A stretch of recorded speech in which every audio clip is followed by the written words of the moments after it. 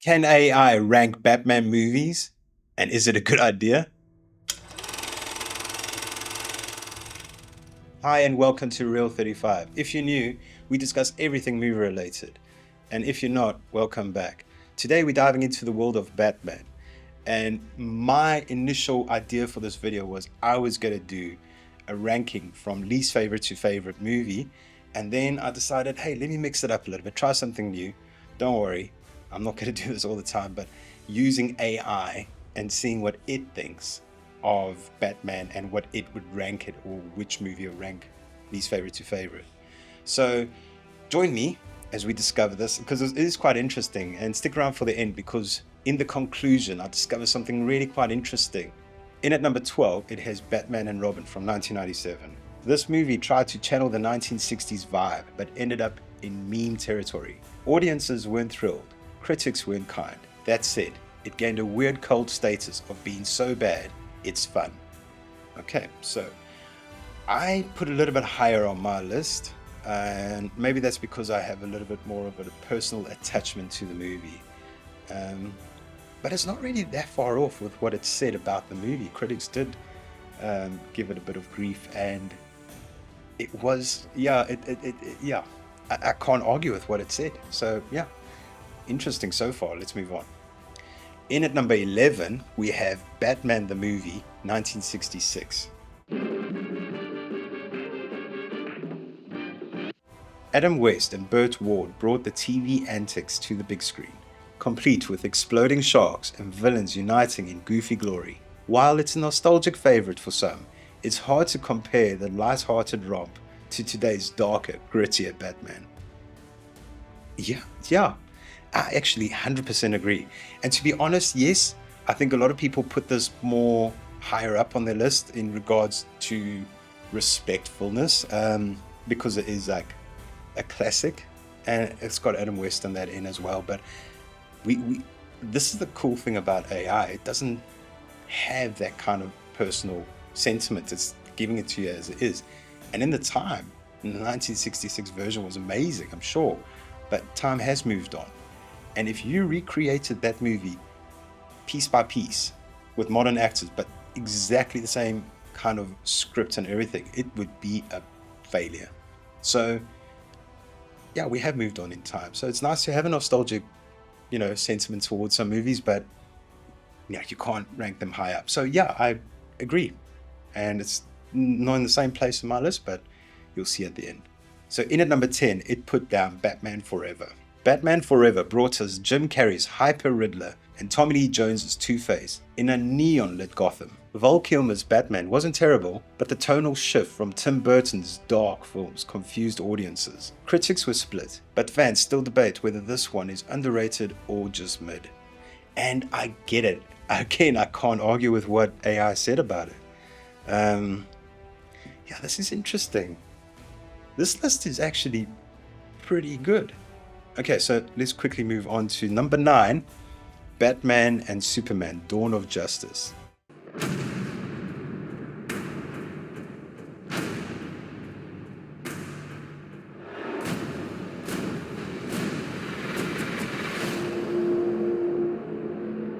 Zack Snyder's Batman vs. Superman divided fans like no other. Affleck's brooding, brutal Batman was a highlight, but the film's uneven pacing and the infamous Martha moment hurt its reputation. For its ambition and style, it's worth revisiting. Yeah, I mean, I wasn't a fan personally of Batman vs. Superman, but kind of what AI is saying, I really can't complain. I'm not disagreeing with anything much what AI is actually saying. Yeah, so let's go. Number 8, the Lego Batman movie, a parody that loves its source material. The Lego Batman movie is hilarious, self-aware take on The Dark Knight. While it's more a comedy than a traditional Batman film, fans and critics love the humor and heart. It's hard to argue with AI when it's pretty spot on like that. But anyway, let's move on. Number 7, Batman Returns. Tim Burton's Batman Returns took Gotham into a gothic winter wonderland with a darker edge. Danny DeVito's Penguin and Pfeiffer's iconic Catwoman brought depth, but some found it too bleak. Over time, though, it became a fan favorite. And yeah, it did. um, it called out Danny DeVito's portrayal of the Penguin, Michelle Pfeiffer's Catwoman. Um, yeah, I can't argue with its analysis. In at number 6, it put Batman Mask of the Phantasm. Now, I didn't really rate this as a theatrical release, but it's in the list and let's just go with the flow. So this is what it had to say about it. 2 seconds later. An animated gem that got a theatrical release. I stand corrected. Mask of the Phantasm captures the essence of The Dark Knight, praised for its mature storytelling and stunning visuals. It's a must-watch for any Batman fan. So there we have it. It was a theater release. I didn't know that. I'm really finding it hard to challenge AI. The ranking's slightly different. Like I said, I'll share at the end of the video and we can compare or whatever, but so far so good. Okay, so let's go to number 5. Number 5, it has The Batman from 2002. Matt Reeves' The Batman gave us a detective-focused noir film style Gotham. Patterson's younger, broody Batman won over skeptics, and the gritty realism resonated with audiences. While it's still fresh, its strong start earns it a high spot. Here's the thing, this is where I disagree. I didn't like Patterson's Batman. I think it went too far in the wrong direction. But yeah, again, we'll see where it comes on my list. At number 4, AI gives us Batman Begins. And it says, Christopher Nolan redefined Batman with Batman Begins. Bale's transformation into a caped crusader and the grounded origin story revived the franchise. It set the stage for something even bigger. Yeah, I can't argue with that. I was actually inspired to do this list from the video I made about Christian Bale.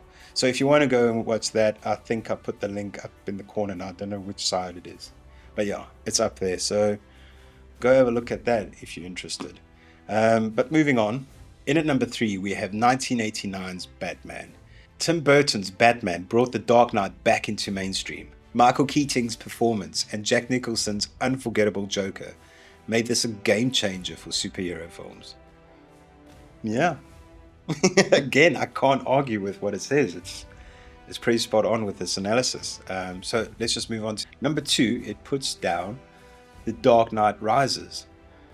And it says, the conclusion to Nolan's trilogy was ambitious and polarizing. Hardy's Bane and the film's emotional stakes made it a worthy follow-up. Even if it doesn't quite hit the highs of its predecessor, well, it just told us what is number 1. So, no surprise there. But yeah, again, its analysis is spot on. It had an emotional side. Tom Hardy's Bane was amazing. And actually, Christian Bale said when he saw that performance, he wishes he could play Bane instead of Batman. He was quite jealous of Tom Hardy. Well, I'm impressed with AI. I mean, I use it just like everybody else for emails and proofreading and stuff like that. And it's going to become a part of our lives. So I think you got to kind of, if you ever fear anything or go against something, it's harder. Life is harder. It's just going to go against you. It's not easy. But if you kind of embrace it for what it is and use it to your advantage, why not?